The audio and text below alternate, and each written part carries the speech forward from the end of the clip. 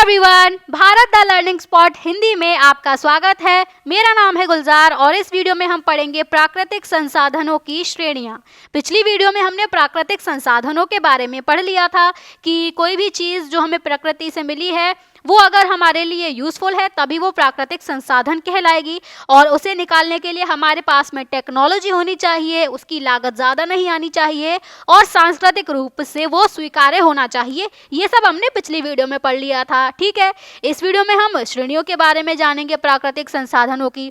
तो विज्ञान में हम वर्गीकरण और नामकरण की उपयोगिता सीखते हैं। मतलब जब हम किसी चीज़ का वर्गीकरण करते हैं और नामकरण करते हैं तो उसका अपना एक महत्व होता है। जैसे अगर हम इंसानों की बात करें तो हम किसी का भी नाम क्यों रखते हैं। जैसे मान लो किसी का नाम रिंकी है, किसी का नाम पिंकी है, ठीक है। तो जैसे मान लो एक जो है यहाँ पर ये रिंकी खड़ी है, ठीक है। इसे बुलाना है किसको? ये बुलाना चाहती है पिंकी को, लेकिन पिंकी के आसपास में बहुत सारे लोग खड़े हैं, ठीक है, बहुत सारी और लड़कियां भी खड़ी हैं। तो ये रिंकी इस पिंकी को बुलाएगी कैसे? अगर ये नाम ना होते तब की बात मैं कर रही हूँ। अगर रिंकी को पिंकी को बुलाना होता तो कैसे बुलाती? कि ओ सुनो, अरे सुनो, ओ लड़की, इस तरीके से बुलाती क्या? तो अगर ऐसे बुलाती तो ये बाकी की लड़कियां क्या करती? ये भी तो पलट कर देखती ना। तो इससे जो रिंकी है ना, इसके लिए थोड़ी सी मुश्किल हो जाती और पिंकी के लिए भी मुश्किल हो जाती। तो ये मुश्किल ना हो इसीलिए नाम रखे गए, ताकि हम किसी को भी बुलाएं तो वही सुने, जिसका नाम हम लें वही मुड़कर देखे और कोई ना देखे। तो नामकरण की, वर्गीकरण की अपनी एक इम्पोर्टेंस होती है। जब हम विचारों या वस्तुओं को वर्गीकृत करते हैं तब हम कुछ समान विशेषताओं का उपयोग करते हैं या समान मानदंडों का उपयोग करते हैं।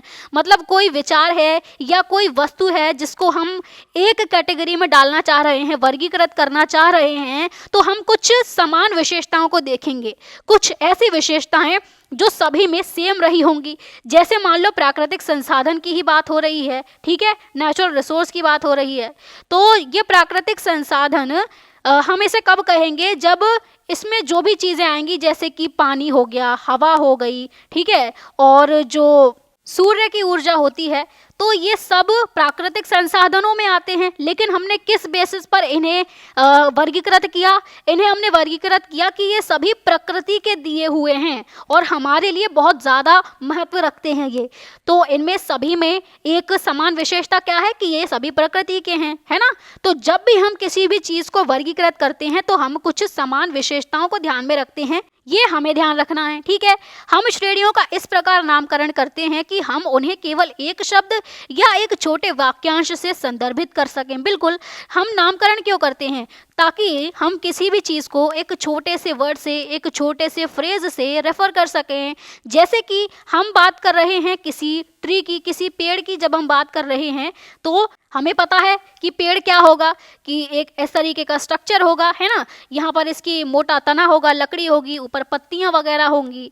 यही जब हम बात करें घास की तो हमारे दिमाग में क्या आता है कि छोटी छोटी जो है हरी हरी पत्तियाँ होंगी जो ज़मीन के ऊपर उग रही होंगी।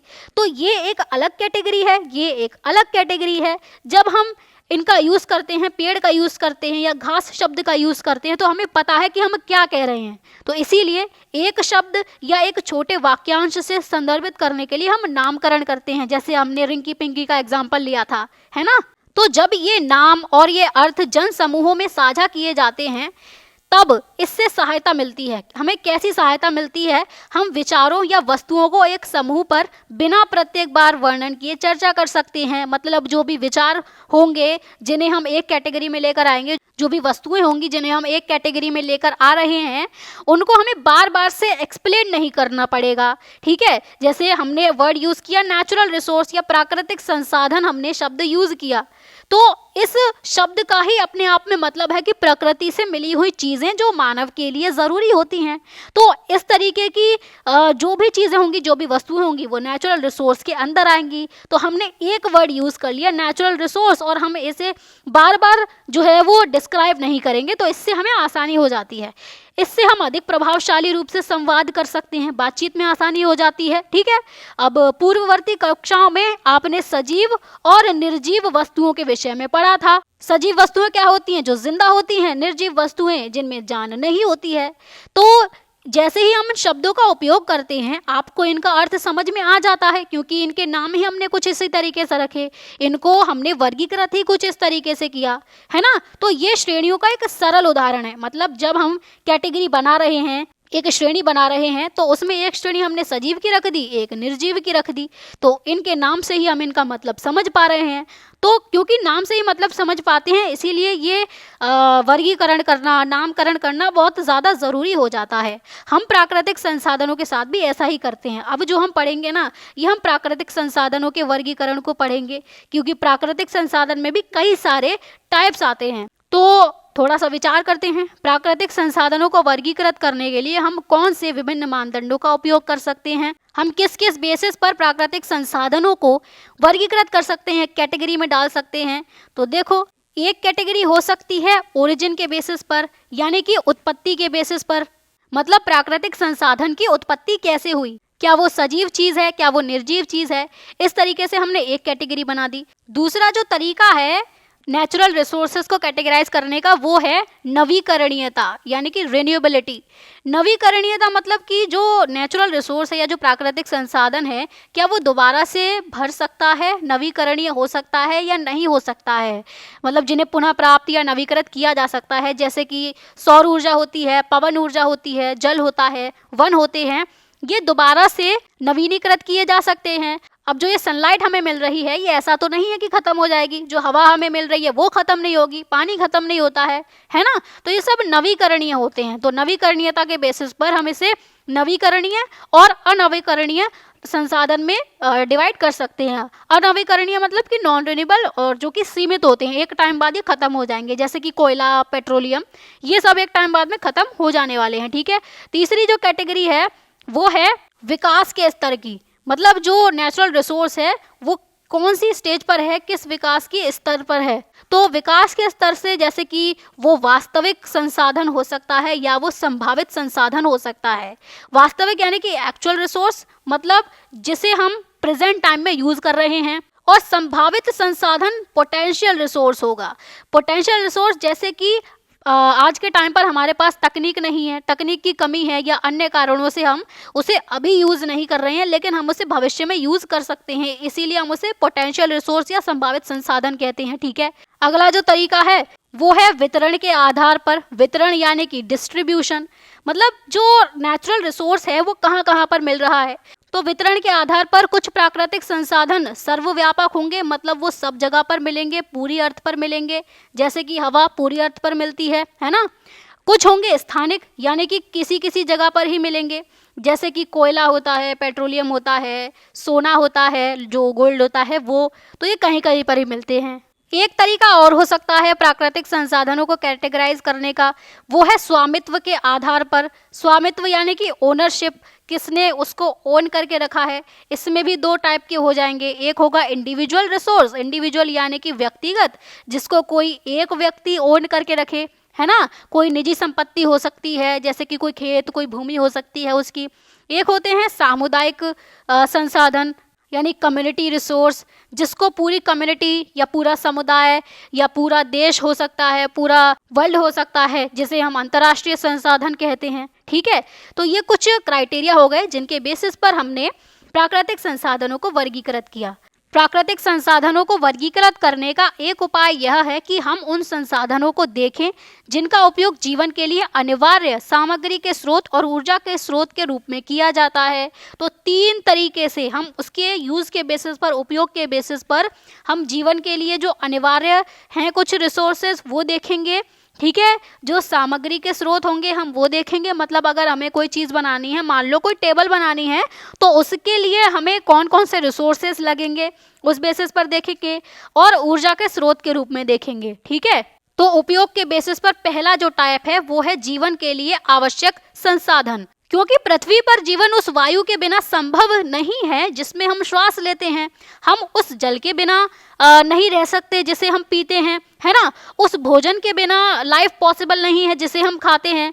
तो पानी हो गया, हवा हो गई, खाना हो गया, इन सब के बिना तो लाइफ ही पॉसिबल नहीं है।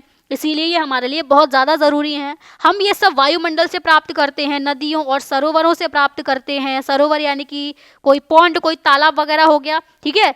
तो और इसके अलावा हम जो भोजन प्राप्त करते हैं वो मृदा के कृषि कार्य या अन्य सजीव वस्तुओं के माध्यम से करते हैं। तो हवा तो वायुमंडल से मिल जाती है, नदियों से सरोवरों से पानी मिल जाता है, ठीक है। मृदा से हमें कृषि करके खाना मिल जाता है, या कुछ सजीव वस्तुओं के माध्यम से भी खाना मिल जाता है, जैसे कि किसी जीव को खाया जाता है ना, जैसे जानवर जो है वो शिकार करके दूसरे जानवरों को खाते हैं, तो वो उनके लिए खाने का स्रोत हो गए, ठीक है।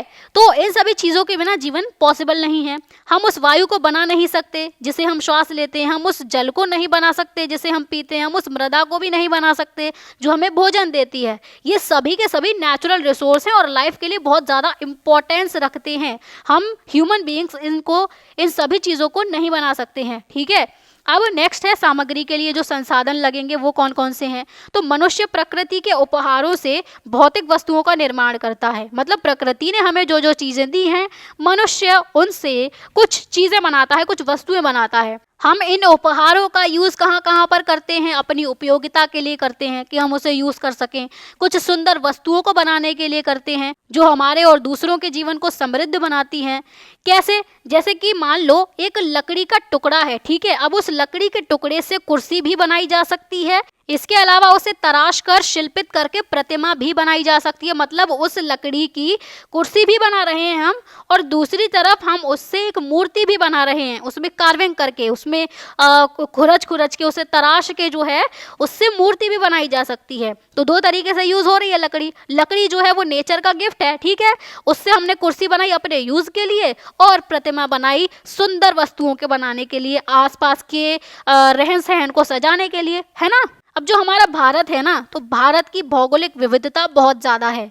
इसमें पहाड़ भी हैं, पठार भी हैं, इसमें मैदान भी हैं, रेगिस्तान भी है ना, सब चीज़ हैं। मतलब इंडिया में जो समुद्र है वो भी है, इंडिया के पास में कोस्टल एरिया है, तटीय जो एरिया होता है। तो इन सब की वजह से भारत में लकड़ी से लेकर संगमरमर भी मिलती है, कोयले से लेकर सोना भी मिलता है भारत में। तो भारत की भौगोलिक विविधता होने की वजह से हमें कई सारे प्रकार के प्राकृतिक संसाधन मिल जाते हैं, ठीक है। तो ये हो गई सामग्री के लिए संसाधन की बात, कि हमें कोई चीज़ बनानी है, जैसे मान लो हमें कुर्सी बनानी है, तो उसके लिए हमें क्या संसाधन लगेगा, हमें लगेगी लकड़ी, और वो लकड़ी है नेचुरल रिसोर्स, प्राकृतिक संसाधन, क्योंकि प्रकृति ने हमें दी है, ठीक है। अब अगला जो है वो है ऊर्जा के लिए संसाधन, मतलब कुछ ऐसे रिसोर्स जो हमें एनर्जी देंगे, ऊर्जा देंगे। ऊर्जा कैसे देंगे? उससे बिजली बना के ऊर्जा हमें दे सकते हैं, वो है ना। तो ऊर्जा जो है वो आधुनिक जीवन की आधारशिला है, एक फाउंडेशन है, इसके बिना तो लाइफ चल ही नहीं सकती है। सोच के देखो, अगर एक दिन लाइट ना मिले तो कैसा लगेगा? ऐसे ही 4 दिन, 5 दिन, 10 दिन, 1 साल, 2 साल अगर ऐसा हो जाए तो कैसा लगेगा? बिना लाइट के हम नहीं जी सकते हैं। आज के टाइम पीरियड में बहुत सारी चीज़ें हैं जिन्हें लाइट की ज़रूरत रहती है, राइट। तो वो लाइट हमें मिल रही है इलेक्ट्रिसिटी से, और इलेक्ट्रिसिटी, बिजली जो है वो ऊर्जा से बनती है। तो इसीलिए ऊर्जा जो है वो हमारे लिए बहुत इम्पॉर्टेंट है। विद्युत हमारे भवनों में जो है वो, जैसे कि इलेक्ट्रिसिटी होता है, हमारे सबके घरों में आती है लाइट, इलेक्ट्रिसिटी आती है। परिवहन के लिए, परिवहन मतलब जो ट्रांसपोर्टेशन होता है, जैसे कि हम कहीं घूमने जाते हैं तो हम किसी बस का या कार का, बाइक का यूज़ करते हैं ना, तो वो परिवहन हो गया, ठीक है। और इसके अलावा हमें सभी प्रकार की उत्पादन प्रक्रियाओं के लिए आवश्यक रहती है ये ऊर्जा। तो यह ऊर्जा विभिन्न प्राकृतिक स्रोतों से प्राप्त हो सकती है। प्राकृतिक स्रोत जैसे कि कोयले से हमें ऊर्जा मिल सकती है, जल से मिल सकती है, खनिज तेल से मिल सकती है, प्राकृतिक गैस, सूर्य का प्रकाश, पवन, इन सब से मिल सकती है हमें ऊर्जा। अब देखो, कोयले से हमें ऊर्जा कैसे मिलती है? कोयले से बनाई जाती है बिजली। पहले क्या किया जाएगा, इस कोयले को जलाया जाएगा, और उससे जो पानी होता है उस पानी को उबाला जाता है, फिर उसकी भाप बनती है, और वो भाप जो होती है वो टरबाइन को घुमाती है, वो टरबाइन जनरेटर से कनेक्टेड होती है और इलेक्ट्रिसिटी बन जाती है, और वो इलेक्ट्रिसिटी हम सभी के घरों तक पहुंचाई जाती है। फिर तो उस तरीके से कोयले से हमें ऊर्जा मिल जाती है। जल से हम कैसे ऊर्जा प्राप्त करते हैं? जैसे मान लो एक नदी बह रही है, ठीक है। हमने पिछली वीडियो में पढ़ा था ये कि जो हिमाचल प्रदेश में माइक्रो हाइडल प्लांट या जो लघु जल विद्युत संयंत्र लगाया गया था एक नदी पर, उससे हमने समझा था कि नदी पर एक बांध बना दिया जाता है, यहाँ पर इसके पानी को रोक दिया जाता है, ठीक है। यहाँ पर क्या होता है, इसी बांध के यहाँ पर एक स्ट्रक्चर बनाया जाता है, यहाँ पर टरबाइन लगी हुई होती है। अब क्या होता है, इस पानी को निकलने के लिए इसी टरबाइन वाले जगह में से एक खाली जगह छोड़ी जाती है। तो जब ये पानी बहकर इसमें आता है ना, तो ये इस टरबाइन को घुमा देता है। जब टरबाइन घूमती है तो बिजली पैदा होती है। कैसे पैदा होगी? क्योंकि टरबाइन जनरेटर से कनेक्टेड होती है और ये पानी जो है फिर आगे बहकर निकल जाता है। पानी को इससे कोई भी नुकसान नहीं पहुंचता, कोई भी प्रदूषण नहीं होता है पानी में। तो एक अच्छा तरीका माना जाता है बिजली पैदा करने का। ठीक है, हमें खनिज तेल से भी ऊर्जा मिलती है, जो पेट्रोलियम होता है, क्योंकि पेट्रोलियम को निकाला जाता है, फिर उसको रिफाइन किया जाता है, उससे पेट्रोल, डीजल, ये सब चीज़ें बनाई जाती हैं, है ना। और वो पेट्रोल, डीजल जो है वो गाड़ियों में यूज़ की जाती हैं, जिससे ट्रांसपोर्टेशन पॉसिबल हो पाता है। तो उसमें जो एनर्जी यूज़ हो रही है वो हमें खनिज तेल से मिल रही है। ऐसे ही प्राकृतिक गैस का भी यूज़ कर लिया जाता है। सूर्य का यूज़ कैसे किया जाता है इसमें देखो, सूर्य का यूज़ के लिए देखो, सनलाइट जो होती है वो हमें हर टाइम मिल रही होती है सिवाय रात के। ठीक है, तो वैसे तो सूर्य ऊर्जा का ही स्रोत है। जो पेड़ पौधे वगैरह ग्रो हो रहे हैं वो सूर्य की वजह से ही हो रहे हैं। इसके बिना लाइफ पॉसिबल नहीं है अर्थ पर। एक बात तो ये हो गई। दूसरी बात, अगर हमें ह्यूमंस को इससे और ज़्यादा यूज़ लेना है, अगर बिजली बनानी है, तो कैसे बनाएंगे? कुछ सोलर पैनल्स होते हैं, उनका यूज़ किया जाता है, नीले कलर के। आजकल तो बहुत घरों घरों में लग भी रहे हैं, तो देखा भी होगा आपने। इन सोलर पैनल पर जब सनलाइट गिरती है तो इस सनलाइट से बिजली पैदा होती है। तो सूर्य से बिजली बनाने के लिए हमने सोलर पैनल का यूज़ कर लिया। पवन से जब हम बिजली बनाते हैं, यानी कि विंड से जब हम बिजली बनाते हैं, तो इसके लिए हम पवन चक्कियों का यूज़ करते हैं, विंड टरबाइंस का यूज़ करते हैं। इसमें पंखुड़ियाँ लगी होती हैं, तो जब हवा चलती है तो ये हवा क्या करती है, इन पंखुड़ियों को घुमाती है। जब ये पंखुड़ियाँ घूमती हैं तो टरबाइन घूमेगी। टरबाइन जो है वही जनरेटर से कनेक्टेड होती है और बिजली बन जाती है। तो इन सभी चीज़ों का यूज़ हम एनर्जी के लिए कर सकते हैं, यानी कि ये एनर्जी रिसोर्सेज हैं। ठीक है, तो इन प्राकृतिक संसाधनों से रिलेटेड कुछ चिंताएं दिखाई गई हैं 2 फोटो के रूप में। कैसे दिखाई गई है? ये जो है वो नदी का जल है यहाँ पर। ठीक है, नदी का जल एक नवीकरणीय संसाधन होता है, क्योंकि ये दोबारा से भरा जा सकता है। बारिश हो जाती है तो इसमें पानी आ जाता है ना। या जो ग्लेशियर होता है, जिसे हम हिमनद भी कहते हैं, वो पिघलता रहता है तो इसमें पानी आता रहता है। तो ये नदी का पानी तब तक है नवीकरणीय संसाधन जब तक ग्लेशियर्स जो हैं, हिमनद जो हैं और वन जो हैं, इनका अस्तित्व है। मतलब इनके अस्तित्व को क्या हुआ, जो हम ये कह रहे हैं कि इनका अस्तित्व है, तब तक ये रिन्यूएबल है। तो अस्तित्व की बात ये है कि ये जो पेड़ है ना, इन्हें बहुत तेजी से काटा जा रहा है इनकी लकड़ी के लिए। या कहीं पर खेती करनी है तो जंगलों को साफ कर दिया जाता है, मैदान बना लिया जाता है, फिर उस पर खेती की जाती है। तो इनकी जब इतनी कटाई होगी तो नुकसान होगा। क्यों? क्योंकि इनकी जो जड़ें होती हैं ये मिट्टी में अंदर बहुत गहरी होती हैं, मिट्टी को पकड़ के जकड़ के रखी हुई होती हैं, जिससे मिट्टी में एक तो नमी बनी रहती है और मिट्टी भी बहकर नहीं जा पाती।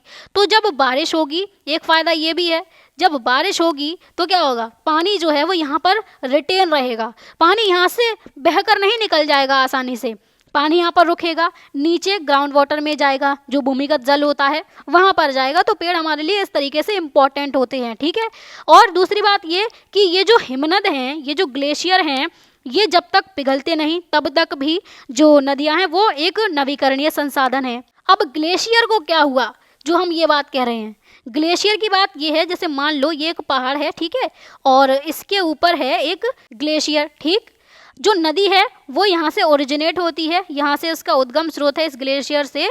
और जैसे मान लो यही नदी है और यहाँ पीछे एक ग्लेशियर होगा। ठीक है, इस ग्लेशियर से ये नदी जो है वो बहकर बनकर आ रही है। ठीक है, अब क्योंकि हम इंसान क्या कर रहे हैं, इतना ज़्यादा प्रदूषण कर रहे हैं, इस प्रदूषण की वजह से जो पूरी पृथ्वी है उसका तापमान बढ़ रहा है। अब जब तापमान बढ़ता है तो क्या होता है, गर्मी लगती है हमें, है ना। जो पानी होता है वो भी गर्म होता जाता है। बर्फ़ अगर होती है तो वो पिघलती है। तो ये इतना बड़ा बर्फ़ का टुकड़ा, ये जो ग्लेशियर है, क्या ये नहीं पिघलेगा? ये भी पिघल रहा है। तो ये पिघल रहा है, इस वजह से कभी ना कभी तो ये पूरी तरीके से ख़त्म हो जाएगा ना, पूरी तरीके से पिघल जाएगा। तब क्या होगा इस ग्लेशियर का, तब क्या होगा इस नदी का? इस नदी में पानी कहाँ से आएगा? एक सीज़न में तो ये बहेगी, क्योंकि मॉनसून आता है, बारिश होती है ना। जब बारिश होती है तब तो इस नदी में पानी बहेगा, लेकिन पूरी साल ये नदी नहीं बह पाएगी, क्योंकि इसका जो उद्गम स्रोत है, जहाँ से ये आ रही थी, वहाँ पर कुछ भी नहीं बचा है। वहाँ का जो पूरा ग्लेशियर है वो पूरी तरीके से पिघल चुका है। तो ये नदी के लिए नुकसान रहेगा। नदी में जो पनप रहे जीव जंतु हैं, जैसे मछलियाँ होती हैं, बहुत सारे जीव जंतु होते हैं, उनके लिए नुकसान रहेगा। हम ह्यूमंस के लिए भी तो नुकसान करेगा ना, क्योंकि पानी की कमी हो जाएगी, पीने के लिए पानी नहीं रहेगा क्योंकि नदी का पानी बहुत शुद्ध होता है, प्योर होता है ना। और महासागर का पानी तो पी नहीं सकते, वो खारा ही इतना होता है। तो इसीलिए नदी का जल सिर्फ तभी तक नवीकरणीय होगा जब तक हम उसे ढंग से यूज़ कर रहे हैं, जब तक ग्लेशियर नहीं पिघल रहे, जब तक फॉरेस्ट बने हुए हैं, जब तक नदी पॉल्यूट नहीं हो रही है। क्योंकि अगर नदी ही गंदी हो जाएगी, हम उसमें बहुत ज़्यादा कूड़ा करकट कर देंगे, उसे प्रदूषित कर देंगे, तब भी वो पानी हमारे काम का नहीं रह जाएगा ना। तो अगर देखा जाए तो नवीकरणीय संसाधन भी अनवीकरणीय में बदल सकते हैं अगर उनका यूज़ ढंग से ना किया जाए तो, है ना। तो जैसे नदी जल का हमने देखा, वैसे ही यहाँ पर लकड़ियों की बात की जा रही है। यदि हम वनों को पुनर्जीवित होने दें तो सीमित मात्रा में लंबे समय तक उनसे लकड़ी प्राप्त कर सकते हैं। मतलब जिस हिसाब से आज के टाइम पीरियड पर जो पेड़ काटे जा रहे हैं, ठीक है, उस हिसाब से अगर कटते रहे, बहुत ज़्यादा मात्रा में अगर कटते रहे, तो एक ना एक दिन ये पेड़ भी खत्म हो जाएंगे, ये जंगल साफ हो जाएंगे। लेकिन लकड़ी जो है वो नवीकरणीय है, वो दोबारा से जीवित हो सकती है, दोबारा से जनरेट हो सकती है अगर हम उसे पुनर्जीवित होने दें तो, और सीमित मात्रा में उससे लकड़ी निकालें तो। लेकिन हम ऐसा कर नहीं रहे हैं, हम बहुत ज़्यादा मात्रा में लकड़ी निकाल रहे हैं और दूसरी बात, उन्हें पुनर्जीवित होने का टाइम भी नहीं दे रहे हैं।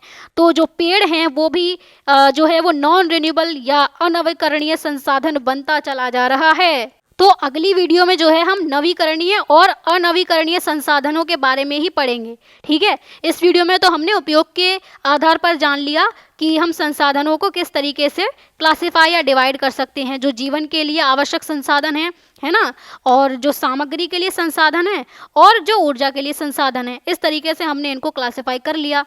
तो वीडियो अगर पसंद आई हो तो वीडियो को लाइक करना, शेयर करना, और अगर कोई भी डाउट हो तो कमेंट कर देना। चैनल को जरूर सब्सक्राइब कर लेना। तो चलिए फिर मिलते हैं अगली वीडियो में, तब तक के लिए bye bye, take care and keep learning.